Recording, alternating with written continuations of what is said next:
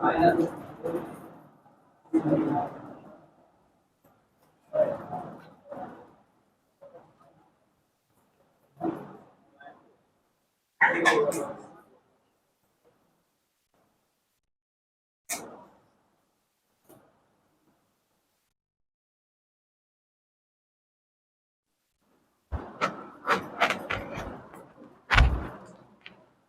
बोलिए ना, किनको बुला रहे हैं?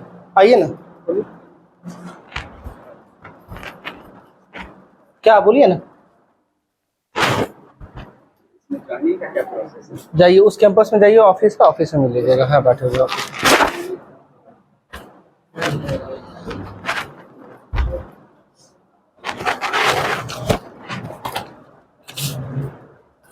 बताएगा तो गुजरात की जीवन रेखा किस नदी को कहा जाता है? नर्मदा नदी को कहा जाता है। ठीक है, आगे बताना है, भारतीय राज्य हरियाणा में जो है प्रवाहित होने वाली एकमात्र नदी कौन सी है? हरियाणा राज्य में प्रवाहित होने वाली एकमात्र नदी कौन सी है? घग्गर नदी हो जाएगी, घग्गर नदी हो जाएगी। सही है। आगे बताना है, महमूद गजनवी के आक्रमण का सामना करने वाला पहला जो है भारतीय शासक कौन था? यानी महमूद गजनी का आक्रमण जो है 1000 में हुआ था पहला बार, तो उस समय वहां का शासक कौन था? जयपाल। कौन था? जयपाल, राजा जयपाल था। यानी पहला सामना किसके साथ हुआ होगा? जयपाल। महमूद गजनी के बारे में आप सभी जानते होंगे कि महमूद गजनी का जो है सब टोटल आक्रमण की बात करें, टोटल 17 बार आक्रमण किया था, जिसमें से 16वां आक्रमण जो है बहुत इंपॉर्टेंट रहा है। और 16वां आक्रमण क्या था? जो गुजरात के सोमनाथ मंदिर को लूटना। क्या था? गुजरात के सोमनाथ मंदिर को लूटा था। क्या आक्रमण था ये? 16वां आक्रमण था। और कब लूटा था? 1025 में। महमूद गजनवी जो है गुजरात के सूरत के जो गुजरात में सोमनाथ मंदिर को कब लूटा था? 1025 में। 16वां आक्रमण था। टोटल आक्रमण 17वां था। और 17वां आक्रमण जो होता है अंतिम आक्रमण, जो कि जाटों के विरुद्ध होता है, जो कि रास्ते में इधर से लूट के मंदिर का धन जो ले जा रहा था, रास्ते में उसे छीन लिया, जिस कारण से वो बदला लेने की भावना से जो है अगला आक्रमण कब करता है? 1027 में। ठीक है, 1027 में अगला आक्रमण करता है। ठीक है, उसके बाद जो बेचारा की मृत्यु हो जाती है कब? 1030 में। 1030 में किसका? महमूद गजनी का। ठीक है, आगे आपको बताना है, महमूद गजनी का पहला आक्रमण भी बता दिए कब हुआ था? 1000 में। ठीक है, 1000 में। आगे की बात करते हैं, मोहम्मद गौरी का पहला आक्रमण कब हुआ था? 1175 में। कब हुआ था? 1175 में हुआ था। मोहम्मद किसका बोले? मोहम्मद गौरी की बात करते हैं। और यही मोहम्मद गौरी का गुलाम कौन हुआ? कुतुबुद्दीन ऐबक। जो किस वंश का स्थापना किया था? गुलाम वंश का स्थापना कब किया था? 1206 में किया था। ठीक है, इससे पहले की यदि हम बात करते हैं तो सबसे पहले अरब आक्रमण, जो कि बोला जाए तो मुस्लिम का जो है जहां से स्टार्ट होता है, वो कब? 712 से।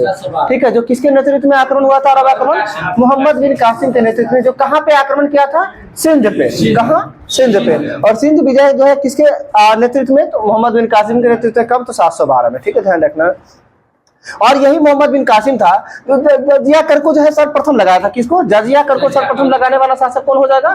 मोहम्मद बिन कासिम। और इसी जजिया कर के बारे में जान लीजिए, अकबर के द्वारा जो है 1564 में जजिया कर को समाप्त किया था। कब किया गया था? 1564 में अकबर के द्वारा जजिया कर को समाप्त किया गया था। और क्या होता है आगे चल के, इसी जो है जजिया कर को फिर से जो है दोबारा किसके द्वारा? औरंगजेब के द्वारा लागू किया गया था। कब? तो 1679 में। कब लागू किया था? 1679 में। किसके द्वारा लागू किया गया था? औरंगजेब के द्वारा लागू किया गया था जजिया कर। समझ रहे होंगे। और इसी जजिया कर के बारे में यदि हम जाने तो कौन है? फिरोज शाह तुगलक। FST की बात करते हैं, जो तुगलक वंश के बाद तुगलक वंश का शासक जो होता है फिरोज शाह तुगलक, जिसे दिल्ली सल्तनत का अकबर के रूप में भी जाना जाता है। ठीक है, किसको? फिरोज शाह तुगलक को। और फिरोज शाह तुगलक के द्वारा जो है 24 कष्टदायक करों को 4 करों में बांट दिया गया था। और इसके साथ साथ क्या किया है कि जो है ब्राह्मणों पे जजिया कर, यानी ब्राह्मणों पे जजिया कर लगाने वाला पहला शासक कौन होता है? फिरोज शाह तुगलक ही होता है। यानी जजिया कर जो लागू किया था मोहम्मद बिन कासिम सर्वप्रथम। ठीक है, और मोहम्मद बिन कासिम के द्वारा जो लागू किया गया था उसमें क्या था? बहुत से बच्चा, बहुत से बूढ़ा, बहुत से ब्राह्मण, बहुत से विकलांग, ठीक है, बहुत से समझिए बेचारा यानी असहाय जिसको बोलते हैं, वो सभी लोग को जो है जो जजिया कर से मुक्त कर रखा गया था। और आगे चल के जो है पूछा जाता है कि किसके द्वारा जो है ब्राह्मणों पर सर्वप्रथम जजिया कर लागू किया गया था? तो फिरोज शाह तुगलक। फिरोज शाह तुगलक ब्राह्मणों पे जजिया कर लागू, यानी ब्राह्मण पे नहीं लगता था पहले, बूढ़ा पे नहीं लगता था, ठीक है, बच्चा पे नहीं लगता था, विकलांग पे नहीं लगता था, वो सबको नहीं लगता था जजिया कर। लेकिन आगे चल के फिरोज शाह तुगलक के द्वारा जो है ब्राह्मणों पर भी जजिया कर लागू कर दिया गया। ठीक है, आगे आपको बताना है, जीवन रक्षक धातु के रूप में किसे जाना जाता है? जीवन रक्षक धातु के रूप में रेडियम को जाना जाता है। अब समझिएगा इसको हम याद कैसे रखेंगे। आप जानते हैं रेडियम क्या होता है? चमकता है, नहीं होता है? कहीं थोड़ा सा भी लाइट पड़ता है तो उसमें नहीं चमक आ जाती है, तो अपने आप दूर से ही दिख जाता है। जैसे रोड पे आप जाते हुएगा और जहां पे टर्निंग रहती है वहां पे रेडियम लाइट लगा हुआ रहता है, ठीक है, यानी उससे लाइट पड़ते मात्र ही दिखने लग जाता है। तो अगर नहीं वो नहीं दिखेगा टर्निंग में तो क्या होगा? एक्सीडेंट कर जाएगा ना लोग। इसीलिए जीवन रक्षक धातु के रूप में किसे जाना जाता है?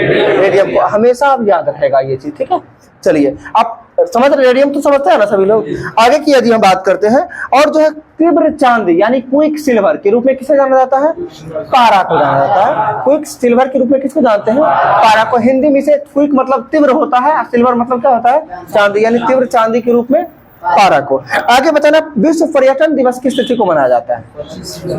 27 सितंबर। 27 सितंबर होगा, 25 नहीं होगा, ठीक है। 27 सितंबर को जो है विश्व पर्यटन दिवस, ठीक है। और एक है 25 जनवरी को राष्ट्रीय पर्यटन दिवस है, ठीक है जी। आगे आपको बताना, नेताजी सुभाष चंद्र बोस का जन्म कब हुआ था? 23 जनवरी 1897 को। कब हुआ था? 23 जनवरी 1897 को हुआ था। और 1897 में आप जानते होंगे इलेक्ट्रॉन का खोज किया गया था। किसके द्वारा किया गया था? जे थॉमसन के द्वारा। कब किया गया था? 1897 में ही किया गया था। और आपको क्या ध्यान रखना है, सुभाष चंद्र बोस का जन्म कब हुआ था? 1897 में। किस तिथि को हुआ था? 23 जनवरी को। और 23 जनवरी को जो भारत सरकार के द्वारा किस दिवस के रूप में मनाने की घोषणा की गई है?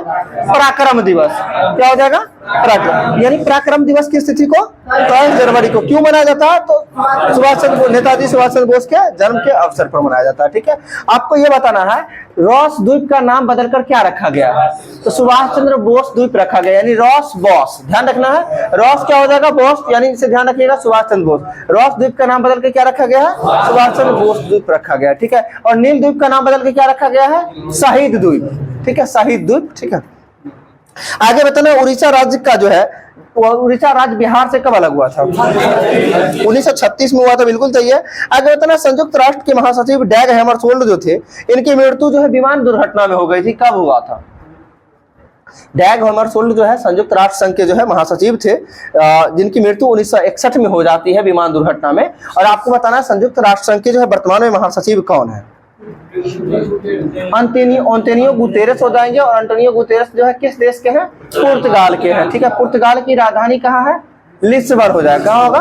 पुर्तगाल की राजधानी लिस्बन हो जाएगा, ठीक है। आगे आपको बताना है, दिल्ली के लाल किले में जो है मोती मस्जिद का निर्माण किसके द्वारा करवाया गया था? तो दिल्ली के लाल किले में औरंगजेब के द्वारा मोती मस्जिद का निर्माण करवाया गया था। और आगरा के लाल किले में मोती मस्जिद का निर्माण शाहजहां के द्वारा करवाया गया। किसके द्वारा? शाहजहां के द्वारा करवाया गया था। आपको बताना है, शाहजहां के जीवन काल यानी शाहजहां के काल को जो है किसका स्वर्ण काल कहा जाता है? तो स्थापत्य काल का स्वर्ण काल। स्थापत्य मतलब क्या होता है? बिल्डिंग, भवन वन बनाना, उसी को स्थापत्य बोलते हैं। तो स्थापत्य काल का स्वर्ण काल किसके काल को कहा जाता है? शाहजहां के काल को कहा जाता है। आगे बताना, हिंदी भाषा का स्वर्ण काल किसके काल को कहा जाता है?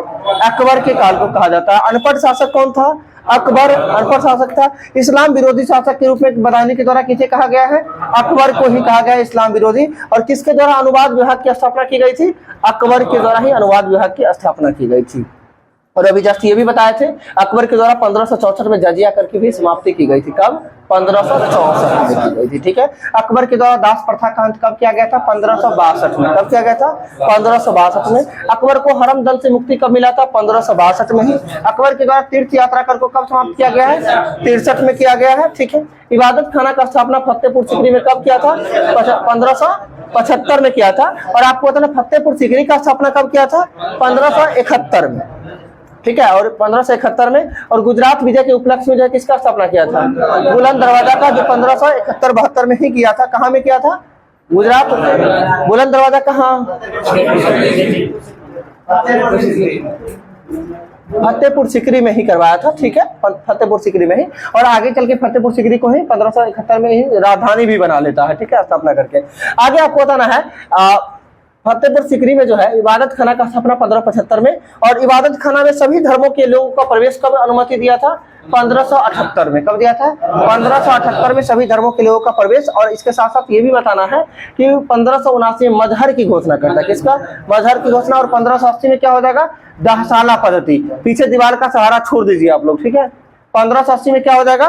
दहसाला पद्धति हो जाएगा, ठीक है, जो किसके नेतृत्व में? टोडरमल में। आपको बताना है, दीन इलाही धर्म का स्थापना कब किया था?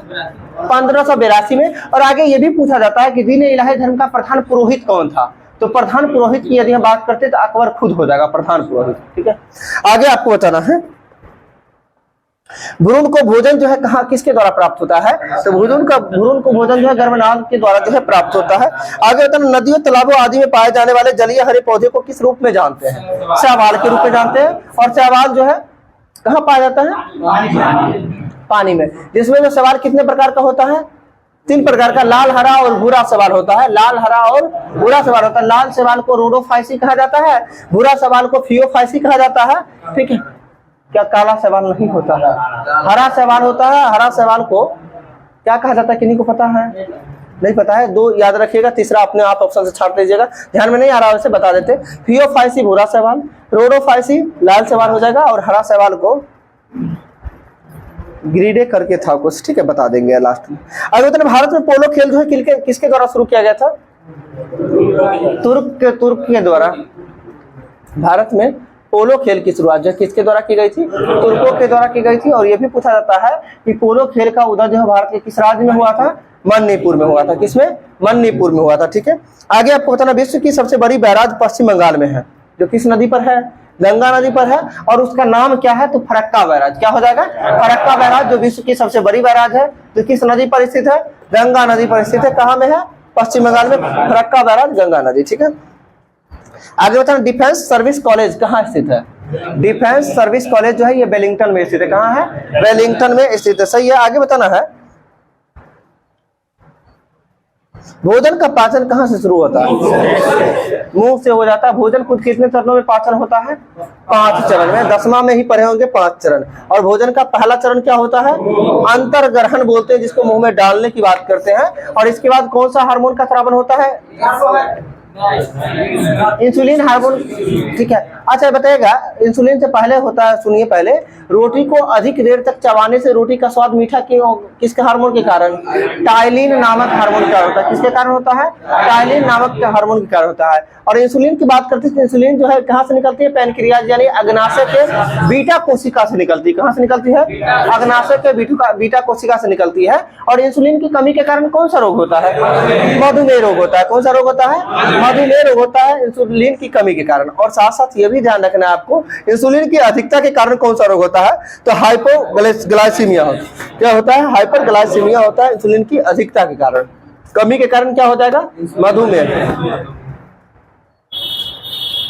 आगे बताना इंग्लैंड का मुद्रा का क्या नाम है, पाउंड हो जाएगा। सही है, पाउंड हो जाएगा। आगे बताना सुखोई क्या है, एक लड़ाकू विमान है। सुखोई क्या है, एक लड़ाकू विमान है। और आगे बताना सुखना झील कहाँ स्थित है, चंडीगढ़ हरियाणा में स्थित है सुखना झील। ठीक है, आगे आपको बताना है भारत में प्रथम पुर्तगाली गवर्नर का नाम क्या था, फ्रांसिस अल्मेडा। भारत में प्रथम पुर्तगाली गवर्नर का नाम क्या था, ठीक है, पुर्तगाली ही पूछे थे आप, डुप्ले की बात की, वो फ्रांसिस ही था, समझे। ठीक है, अभी बोले भारत में पुर्तगाली गवर्नर का नाम क्या हो जाएगा, फ्रांसिस अल्मीडा हो जाएगा। ठीक है, और अल्मीडा के बारे में यदि बोले तो अल्मीडा के द्वारा ब्लू वाटर पॉलिसी का जो है लागू किया गया था, यानी शांत जल का नीति किसके द्वारा लागू किया गया था, अल्मीडा के द्वारा लागू किया गया था। अल्मीडा कब आया था, 1505 से लेके 1509 तक रहा है। और 1509 में आ जाता है कौन, अल्बुकर्क। और अल्बुकर्क जो है गोवा को छीनने का काम कर रहा है, यानी गोवा पे अधिकार कर लेता है। किससे छीना था गोवा को अल्बुकर्क, यूसुफ आदिल शाह से छीना था। कब छीना था, 1510 में। ये पूछा जाएगा सीधा सीधा, जो है पुर्तगालियों का कब्जा जो है गोवा पे कब हो गया था, 1510 में हो गया। किसके नेतृत्व में हो गया था, यूसुफ आदिल शाह की। ये जो हो जाएगा ना, अल्बुकर्क ना हो जाएगा, अल्बुकर्क के नेतृत्व में हुआ था। और किसको हरा के, तो ठीक है, आदिल शाह, यूसुफ आदिल शाह। बताइएगा उत्तर प्रदेश का प्रथम मुख्यमंत्री कौन थे, जीबी पंत हो जाएंगे, गोविंद वल्लभ पंत हो जाएंगे। कौन होंगे, गोविंद वल्लभ पंत हो जाएंगे उत्तर प्रदेश के प्रथम मुख्यमंत्री। ठीक है, आगे आपको बताना है कृत्रिम उपग्रह छोड़ने वाला पहला देश कौन सा है, रूस हो जाएगा। सही, आगे बताना साइमन कमीशन को अन्य किस नाम से जानते हैं, साइमन कमीशन को अन्य किस नाम से जानते हैं? तो साइमन कमीशन को अन्य श्वेत कमीशन के नाम से जानते हैं। क्यों जानते हैं साइमन कमीशन को श्वेत कमीशन के नाम से? क्योंकि साइमन कमीशन जो वो 7 सदस्यीय ब्रिटिश सदस्य का समूह था। किसका था? ब्रिटिश सदस्य था, यानी सभी के सभी क्या थे? अंग्रेज थे। और अंग्रेज सभी क्या होते थे? श्वेत, देखने में गोरा होता था ना, तो बस श्वेत होते थे, इसलिए इस विद्रोह का अन्य क्या नाम दे दिया गया? श्वेत कमीशन भी कहा गया। किसका? साइमन कमीशन का। आगे बताना, साइमन कमीशन की नियुक्ति कब हुआ था? 1927 में। कब हुआ था? 1927 में साइमन कमीशन की नियुक्ति हुई। और भारत साइमन कमीशन कब पहुंचा मुंबई? कब पहुंचा था? 1928 में पहुंचा। जो कि डेट की यदि हम बात करें तो 3 फरवरी 1928 सही होगा, 3 फरवरी 1928। और साइमन कमीशन अपना रिपोर्ट कब प्रस्तुत करता है? 1930 में। कब करता है? 1930 में करता है साइमन कमीशन अपना रिपोर्ट प्रस्तुत। सही है। आगे होता है वर्ल्ड वाइड वेब का आविष्कार किसके द्वारा किया गया था? वर्ल्ड वाइड वेब का आविष्कार किसके द्वारा? टिम बर्नर्स-ली के द्वारा किया गया था। सही है। आगे बताना है एक्स किरणें की खोज किसके द्वारा किया गया? रॉयंटगन के द्वारा किया गया था। किसके द्वारा? रॉयंटगन के द्वारा। आगे बताना प्रोटॉन का द्रव्यमान कितना होता है? ठीक है, 1.672 इंटू 10 के पावर जो है -27, ठीक है, 27 kg होता है। आगे बताना है प्रोटीन कैसा किसका उदाहरण है? तो प्रोटीन जो है वो कार्बनिक यौगिक का उदाहरण। किसका उदाहरण है? कार्बनिक यौगिक का उदाहरण है प्रोटीन। ठीक है।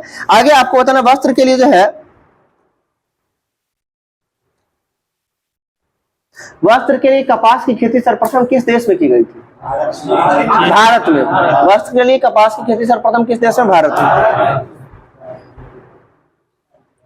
आगे बताना है चरक किसके दरबार में रहते थे? कनिष्क के दरबार में। अश्वघोष किसके दरबार में रहते थे? कनिष्क। इसके बाद बताए चरक, कनिष्क, और इसके बाद नागार्जुन किसके दरबार में रहते थे?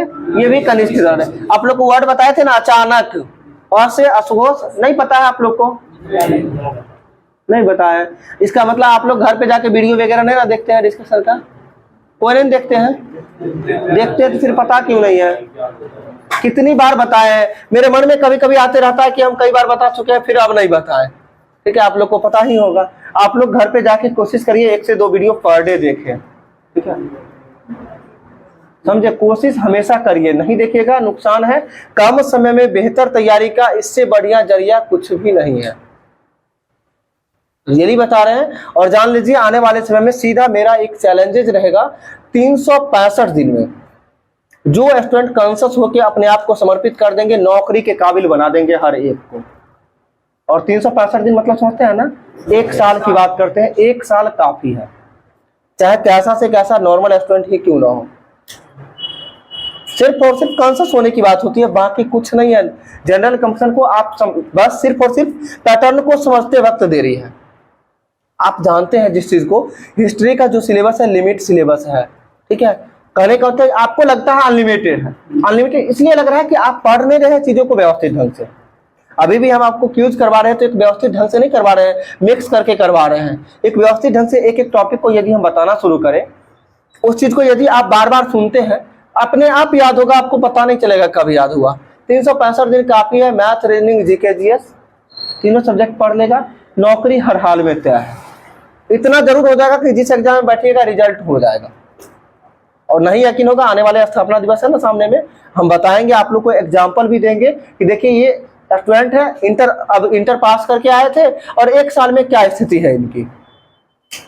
बहुत सारे ऐसे स्टूडेंट हैं जिनका अभी भी एसएससी जीडी में बैठे, एसएससी जीडी में रिजल्ट है, एमटीएस में बैठे, एमटीएस में रिजल्ट है। हर जगह आप समझ सकते हैं। इसका कारण है सिर्फ और सिर्फ कॉन्शियस। चीजों को जैसे बताया जा रहा है उसको फुलफिल करेंगे, 100% फॉलो करेंगे, होगा। आप जानते हैं मैथ्स में टोटल कितना चैप्टर है?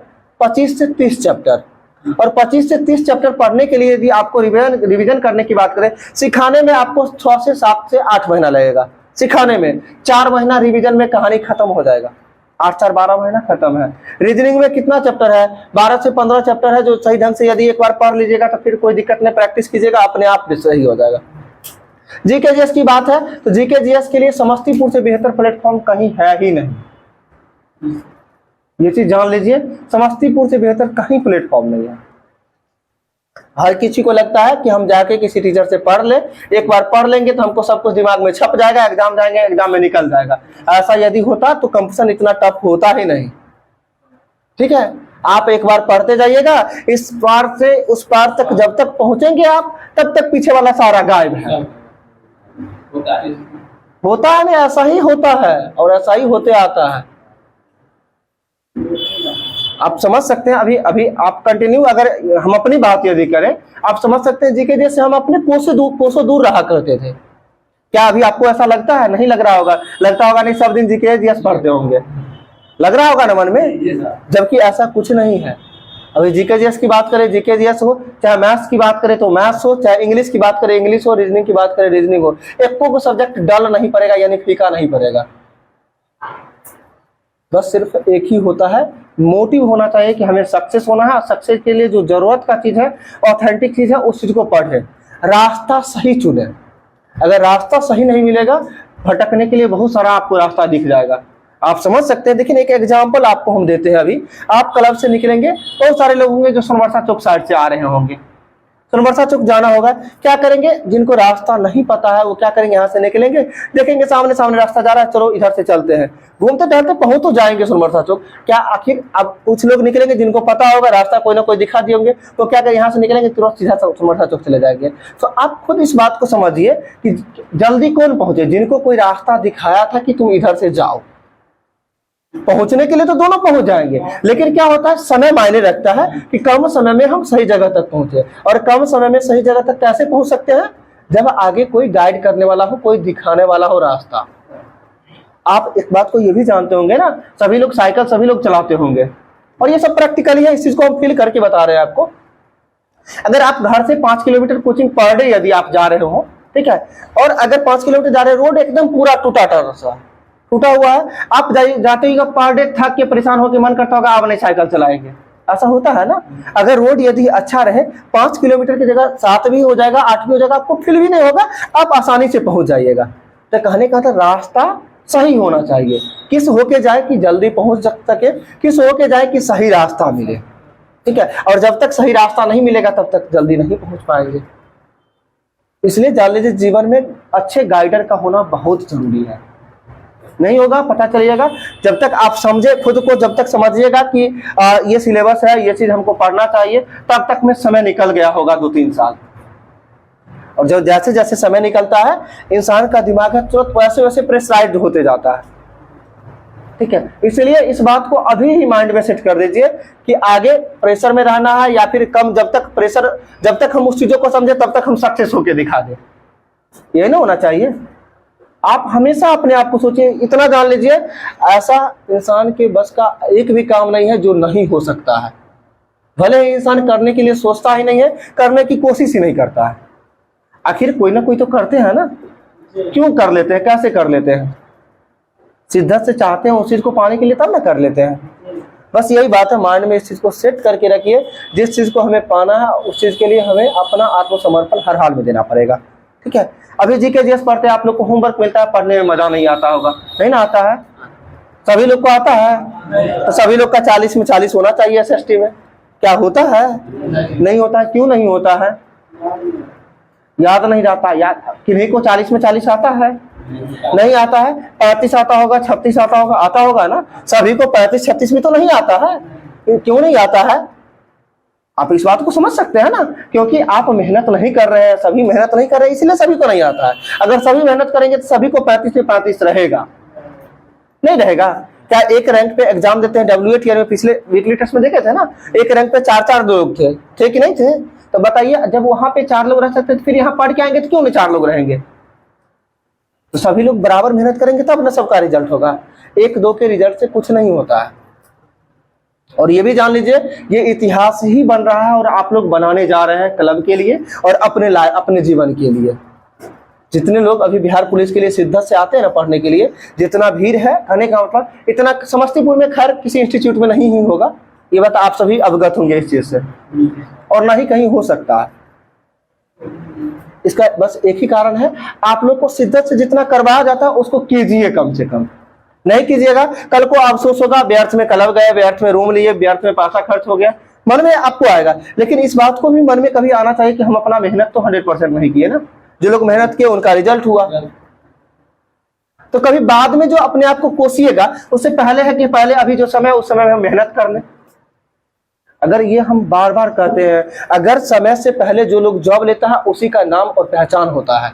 समय के बाद तो हर कोई ले लेते हैं। अब समझ सकते हैं ना, समय के बाद हर कोई ले लेते हैं, इसलिए कहते हैं कि नहीं इतना दिन से पढ़ रहा था क्यों नहीं होगा, मन में आ जाएगा ना आप ही को। लेकिन यदि आप इंटर पास करके आए हैं, 1-2 साल हुआ है, पता चला जॉब हो गई थी, लगता है ना कि नहीं चलो मेहनती स्टूडेंट साहब तुरंत ले लिया।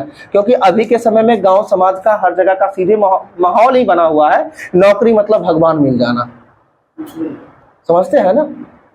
तो आप क्यों नहीं चाहिएगा अपने परिवार के लिए कि मेरे परिवार आगे बढ़े, मेरे परिवार को लोग अच्छे निगाह से देखें। वो आपकी मेहनत पे डिपेंड करता है। आप यदि आगे बढ़ते तो आपका परिवार आगे बढ़ेगा, गांव समाज हर चीज आगे बढ़ेगा और लोग इस चीज के पीछे आएंगे। आप सोच के देखिएगा, अगर जिस गांव से 1-2 लड़का का रिजल्ट हो जाता है ना, उस गांव के लगभग जो भी जिनके पास पैसा भी नहीं होता ना माँ बाप के पास, वो भी सोचते हैं कि नहीं देखो फलाना का बेटा पढ़ाया जॉब हो गया, वो भी कोशिश करते हैं कि हम भी अपने बच्चे को बाहर भेजे पढ़ने के लिए। आप लोग क्या चाहते हैं कि आप लोग बस ऐसे ही दिन काटते रहे या फिर बाकी लोग को भी पढ़ने का मौका दें? बाकी लोग का पढ़ने का मौका देने का मतलब यही होता है कि आप जो समय मिला है उस समय में पढ़ के आप नौकरी ले, ताकि अगला तैयारी करने के लिए आए। नहीं तो कहने के लिए ये भी आ जाता है ना कि फलना 10 साल से तैयारी कर रहा है, उसको नौकरी नहीं हुआ तो हमरा कहाँ से होगा। आप तो एकदम जान लिया, हर चीज को हम एक एक चीज को जो होता है ना करीब से देखे, करीब से फील किए हैं। हम खुद आज से 2 साल पहले की बात बता रहे हैं, सोच रहे थे कि अब नौकरी होने वाला नहीं है। जब लॉकडाउन की स्थिति था तो सोच रहे थे कुछ प्राइवेट जॉब वगैरह हो तो कहीं ना कहीं जाके कर लेंगे। मन में इस बात को इसलिए आया था क्योंकि प्रेशर था घर का। प्रेशर क्या होता है कि फैमिली में यदि कोई बड़ा मेंबर होता है, बहुत सारी रिस्पॉन्सिबिलिटी को निभाना पड़ता है उस प्रेशर के कारण। लेकिन कुछ लोग थे, कुछ दोस्त लोग, उनका कहना हुआ कि देखिए आप जो ये बात सोच रहे हैं कि हम छोड़ दें हम, जबकि उस समय में भी हम मैथ्स पढ़ा रहे थे, लॉकडाउन में तो छोड़ दिए थे पढ़ाना, कोचिंग वगैरह बंद हो गई थी। अब समझ सकते हैं, अब इस ऐसा स्थिति था कि आप यदि यहाँ से छोड़ रहे हैं तो जो बाकी स्टूडेंट, अब जो नया स्टूडेंट इंटर पास करेंगे या ग्रेजुएशन करके यदि तैयारी करने के लिए आएंगे, फिर वो तो स्टार्टिंग से शुरू करेंगे। जब वो स्टार्टिंग से शुरू कर सकते हैं, आप तो उनसे इतना आगे हैं, थोड़ा सा मेहनत कीजिएगा तो जरूर हो जाएगा। बस वही हुआ, 1 साल पैसा इसके साथ कंप्लीट हो गया फाइनली। रिजल्ट में ढेरों रिजल्ट है, ऐसा नहीं है रिजल्ट जिस एग्जाम बैठते हर जगह रिजल्ट होता है।